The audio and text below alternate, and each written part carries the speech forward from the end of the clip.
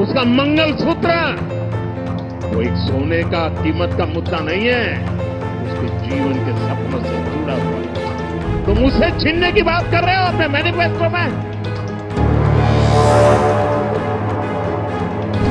चुनाव आयोग ने प्रधानमंत्री नरेंद्र मोदी की ओर से राजस्थान के बांसवाड़ा में दिए गए भाषण की पड़ताल शुरू कर दी है। पिछले दिनों पीएम मोदी ने बांसवाड़ा में एक रैली को संबोधित करते हुए दावा किया था कि अगर कांग्रेस सत्ता में आती है तो वो लोगों की संपत्तियों की जांच करवाएगी और उसे ज्यादा बच्चे पैदा करने वालों के बीच में वितरित कर देगी। पीटीआई की रिपोर्ट की माने तो पीएम मोदी की ओर से दिए गए बयान के बाद कांग्रेस समेत इंडिया गठबंधन की पार्टियां लामबंद होकर चुनाव आयोग के पास पहुंच गई थी। पार्टियों ने पीएम के बयान को लेकर चुनाव आयोग में अपनी शिकायत दर्ज कराई और एक्शन की मांग की। सूत्रों के मुताबिक अब चुनाव आयोग उन शिकायतों की पड़ताल शुरू कर चुका है। दरअसल पीएम मोदी ने रविवार को कांग्रेस के मैनिफेस्टो का जिक्र करते हुए दावा किया था कि अगर वो सत्ता में आती है तो लोगों की संपत्ति को मुसलमानों में वितरित कर देगी। इसके अलावा पीएम मोदी पूर्व प्रधानमंत्री मनमोहन सिंह की उस टिप्पणी का भी हवाला दिया था कि देश के संसाधनों पर पहला हक अल्पसंख्यकों का है।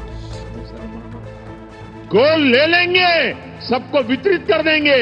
और पहले जब उनकी सरकार थी उन्होंने कहा था कि देश की संपत्ति पर पहला अधिकार, मुसलमानों का।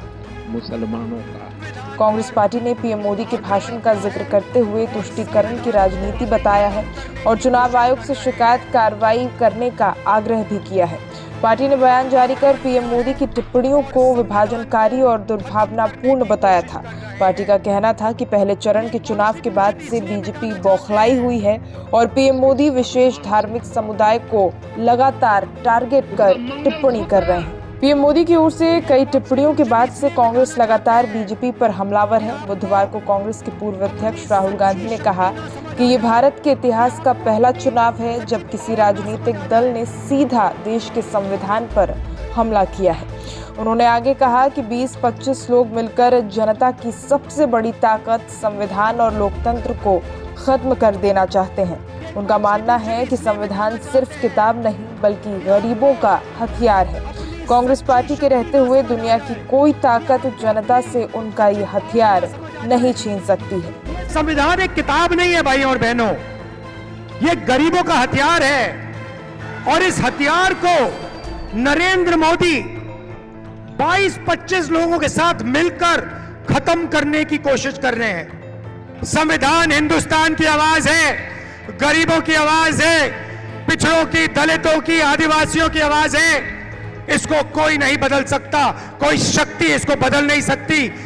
हम देखेंगे ये संविधान कैसे बदला जाता है।